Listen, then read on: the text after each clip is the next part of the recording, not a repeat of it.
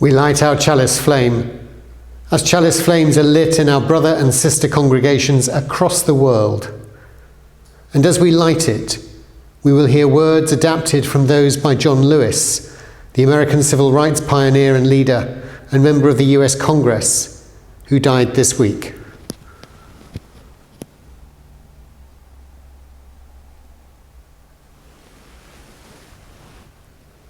What I try to tell people is that if you come together with a mission, and it's grounded with a sense of love and community, you can make the impossible possible.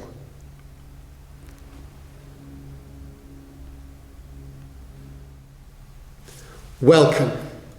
Welcome to this meeting place today. We gather virtually at this time of the coronavirus. We gather for many reasons, and community is often at the heart of that. The words of our chalice lighting this morning spoke of our need for love and for community, to make things possible. The frustration right now, of course, is that we cannot meet in community safely and physically for worship or for celebration. Yet by coming together, by sharing our time, by holding out, we can find a strength there too. Religious and spiritual community can inspire. Shared words and ideas from across generations, across decades, centuries. We share, we learn, we build. I bid you a very warm welcome. This time and this space is yours. Welcome.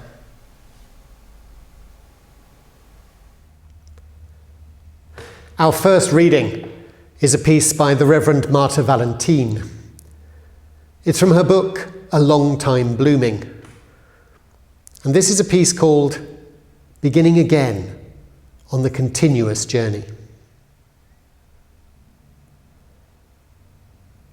By the grace of the divine power, which is larger-hearted than we can ever imagine, we are constantly given the opportunity to begin again.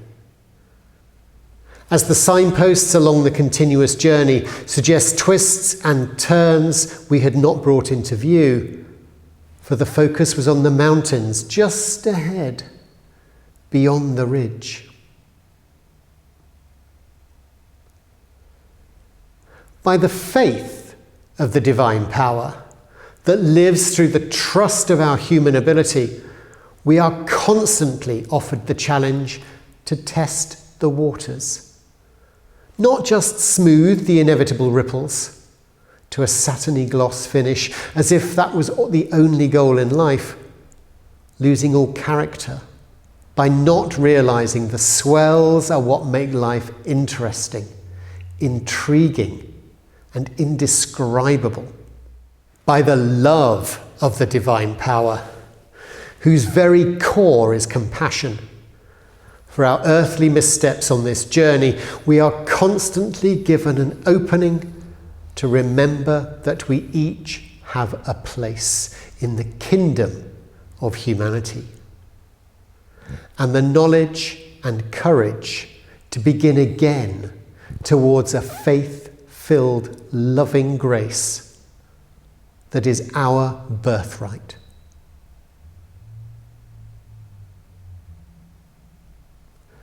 The words of the Reverend Marta Valentín.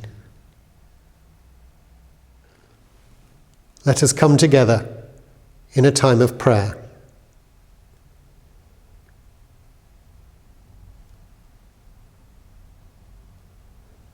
Spirit of life, fill our hearts and cleanse us.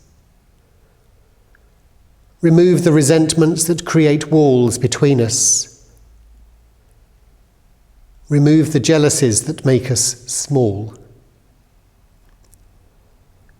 Remove the fears and guilts that close us into ourselves.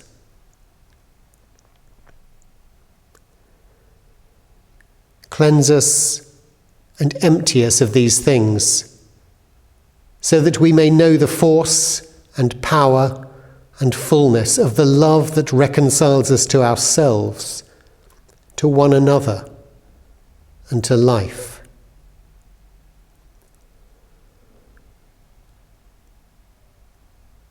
Give us in these moments of quiet the power of love that forgives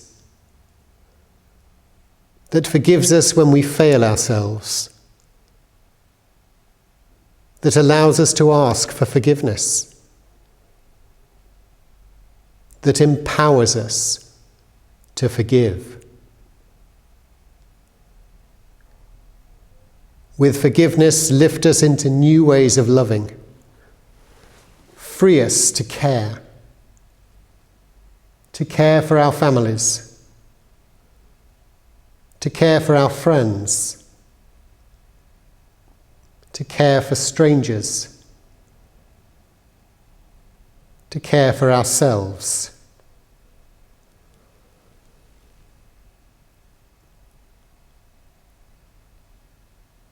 With love, help us to bring comfort to those in pain, to those we know suffering loss at this time of crisis, to those exhausted, to bring comfort to our friends, to bring comfort to strangers. And with that caring, open us to new ways of giving. Free us to give our time, to give our affection, to give our affirmation, to give ourselves.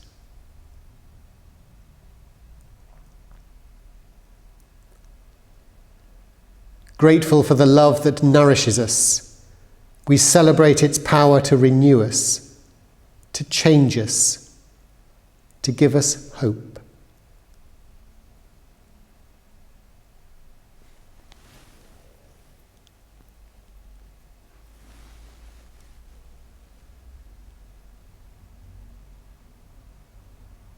If you wish to, I welcome you to join with me in the last prayer. There will be words on your screen. Eternal Spirit, may we be led from death to life, from falsehood to truth. May we be led from despair to hope, from fear to trust. May we be led from hate to love, from war to peace. Let peace fill our hearts, our world, our universe. Amen.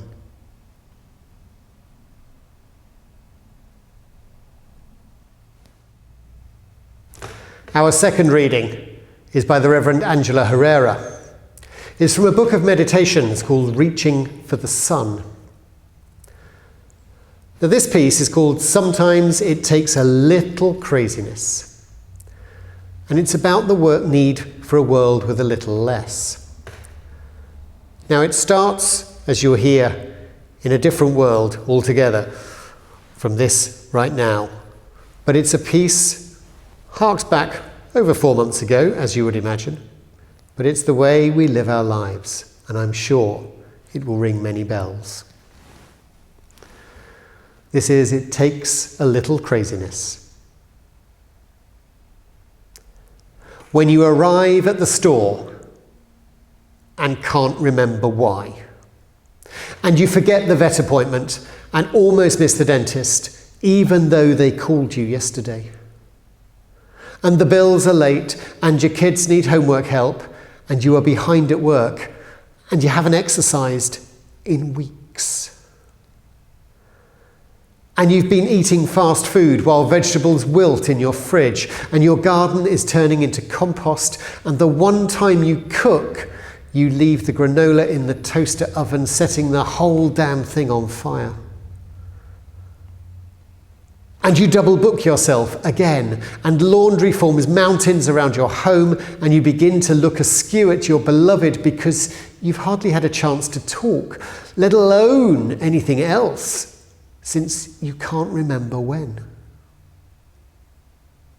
And then, just as you're starting to wonder about signs of madness, you find yourself placing a metal spoon in the microwave and turning it on.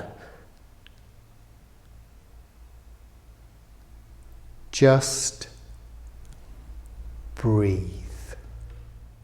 Sometimes it takes a little craziness to get your attention. The prophet Elijah, of biblical fame, fled from 100 pursuers. He hunkered down in a cave on a wind-whipped mountainside, trembling through an earthquake and shielding his face from the wildfire. He looked for God in the chaos.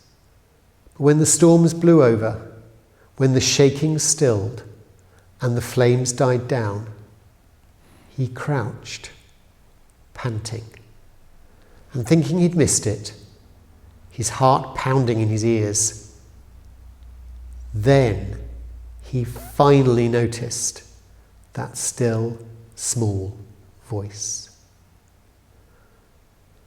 The holy waits in your world too. Maybe today it will find you in a listening position, and it will whisper to you. You tumble like a leaf, it will say. And yet by some strange miracle, you are still here. Now what's the purpose of that?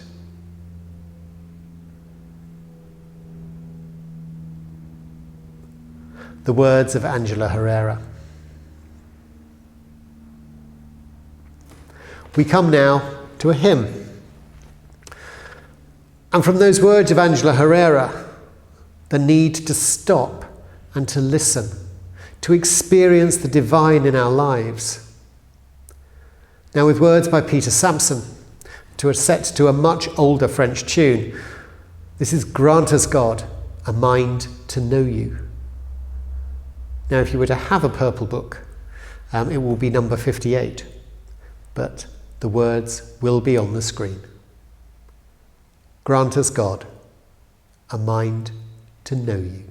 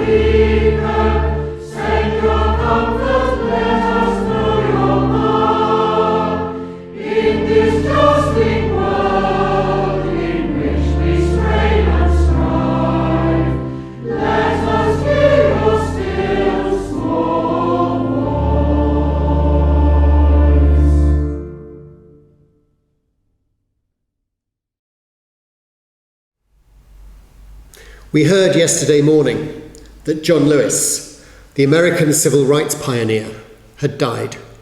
He was 80. He was the last surviving speaker from the 6 who spoke at the March on Washington for Jobs and Freedom in August 1963.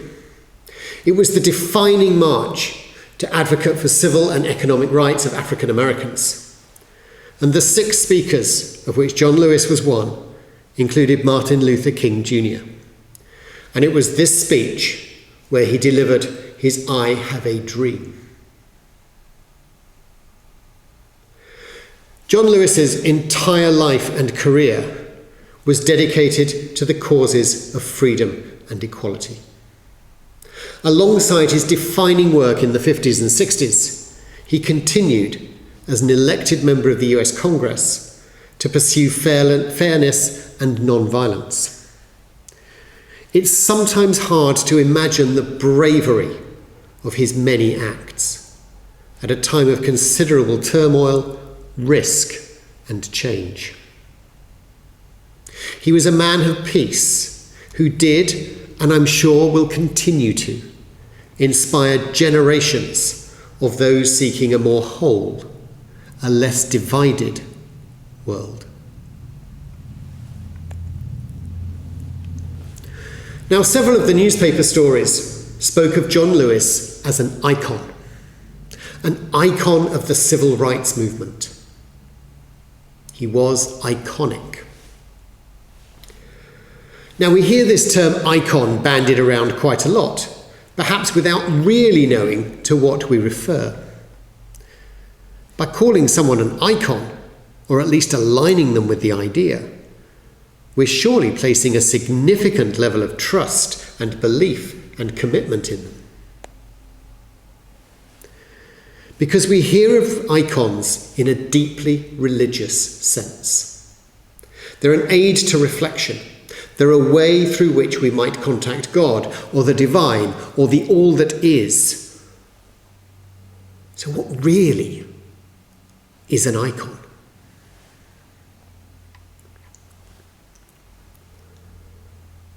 Well, the word icon is simply the Greek for image. That's it. But in the Orthodox Christian sense, in those traditions, it refers to much more than a simple image of a religious subject. It's a general style of iconic art, and it's well recognised, and it draws the observer in. For Orthodox Christians, the icon is a gateway to something deeper. It's a means to connect. If you were to walk into an Orthodox church or cathedral today, you would see icons all around you, glittering and glistening in the gold leaf that's often placed on them. They're on walls, they're on barriers, the iconostasis, they're in pictures. And you will likely see people appearing to worship them. Appearing to worship them.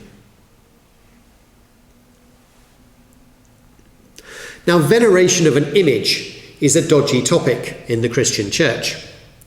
The commandments state that it is wrong to worship idols, and so there is much debate about whether an icon, a picture, is the same as an idol.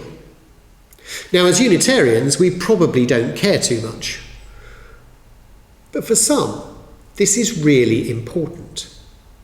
And understanding that starts to take us to a deeper level.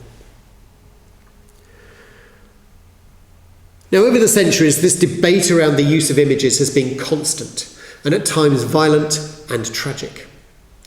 In the early Christian church, it's thought that the images, or the icons, were not used until around the year 200.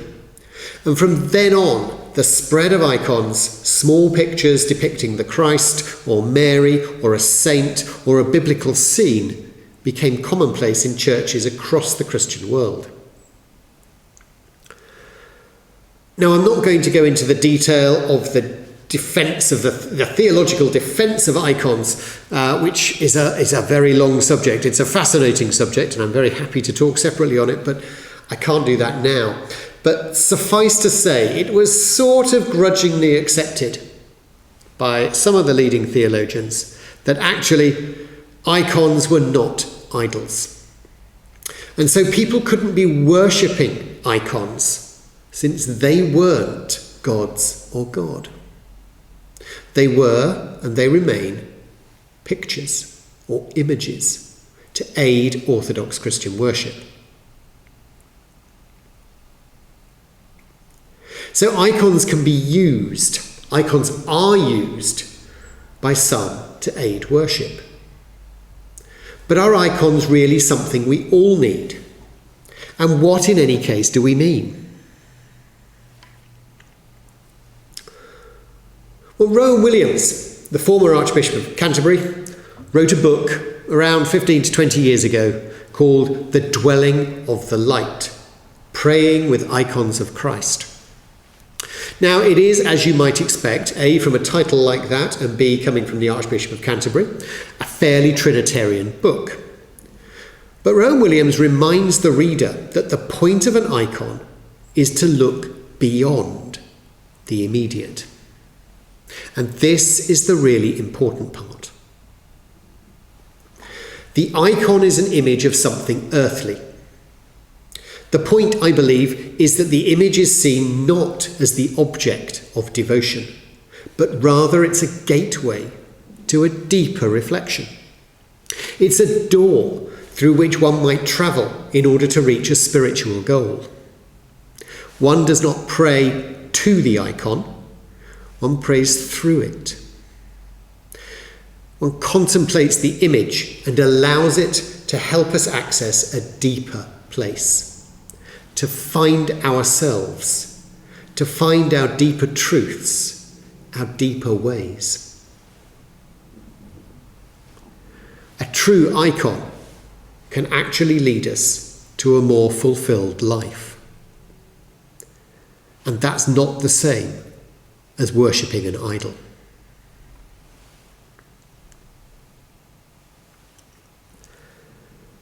So an icon is not an idol. The point is not the image itself. Now, finding God can be hard for anybody, particularly if you're not sure whether God exists or what it is. But making contact with that indescribable something, whether you call it God or not, can be frustratingly difficult to achieve. A picture, perhaps, can help focus not just the mind, but also the body and the soul. A method of transporting ourselves, our whole being, in prayer from the everyday, from the immediate, to the timeless, mystical depths. For Unitarians, this whole idea is slightly tricky, but perhaps, just maybe, this idea of God, of the everything, of the ultimate, the mystery of all mysteries, is inextricably tied into who we are. How well we know ourselves, how attuned we are to the world around us, and to our deeper selves.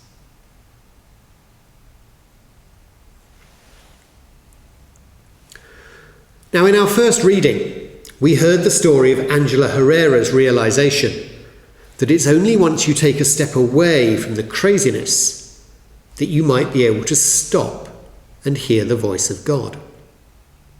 To hear, to listen to that small voice.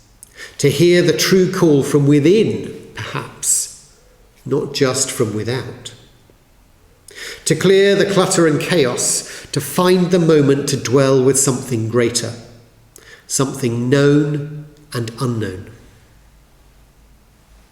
And that's where the focus and the inspiration of an icon might come to bear. For the Orthodox, focus and prayer through an icon will enable access to something much deeper. If praying through, for example, an icon of Jesus, it may spark a memory of his teachings, of his actions, of something you've read or heard from the Bible.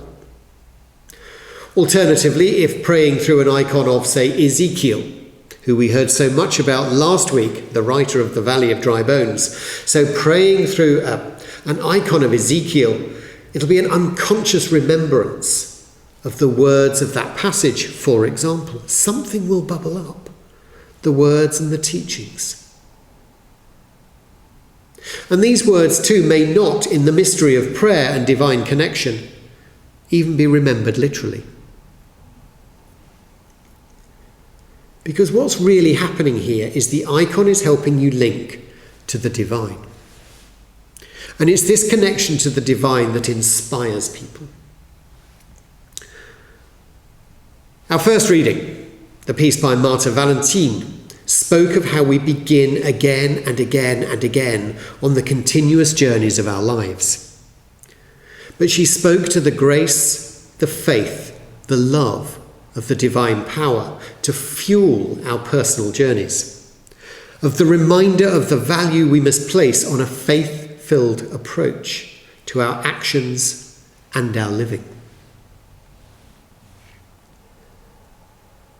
Now, by faith-filled, I refer not to specific religion, but instead to a recognition of our own part in the divine, of how living with love in the community, we might shape our actions to help deliver a better world.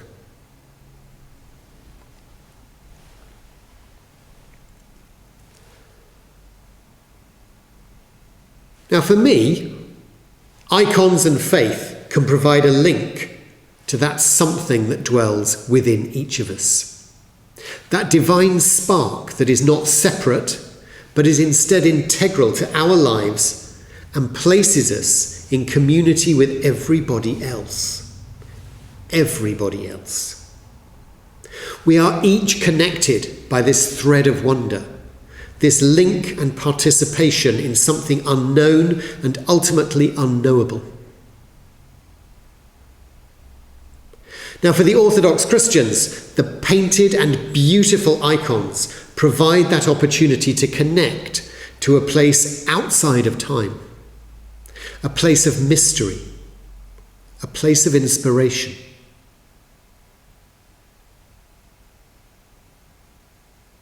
So I think it's okay to expand on this notion of icon.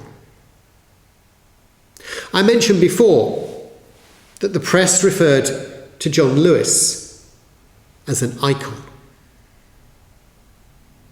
Were they right? Would reading the life story and the achievements of John Lewis help you make a connection to something deeper inside? Do stories of commitment to love and community inspire us to try and do something better ourselves? This is not worship of John Lewis or any other inspirational figures. This is taking the story and praying through it to find our own connections, recognizing the wisdom of others as a conduit from the divine whole to us and back again. Now, John Lewis himself recognized this link from faith to action. He once said, "Without our faith, we wouldn't have been able to succeed. On many occasions, before we'd go out on a sit-in, before we went on the Freedom Ride, before we marched from Selma to Montgomery, we would sing a song or say a prayer. Without our faith, without the spirit and spiritual bearings and underpinning, we would not have been so successful."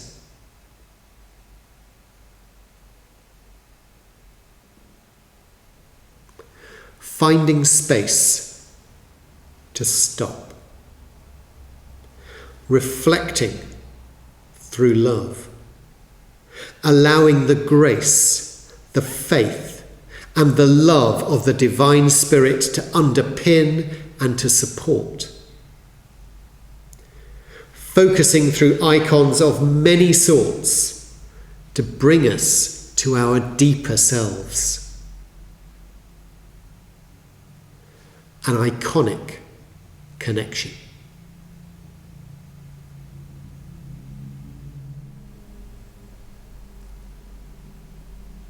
Let us come together now in a time of stillness and of reflection.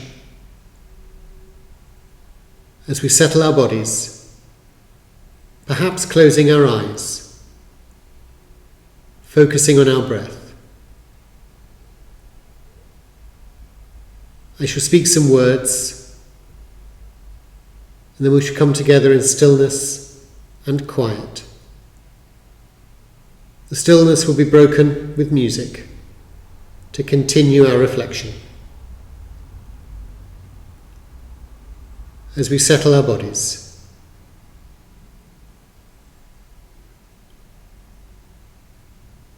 Spirit, mystery beyond our understanding, Spirit within us, love between us.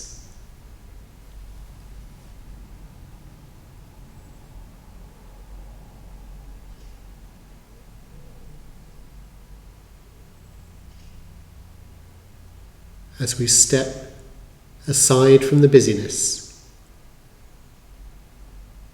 as we find a time and a space away.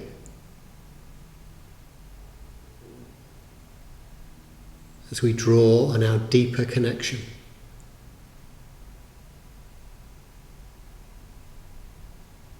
Finding love and grace and faith, a connection.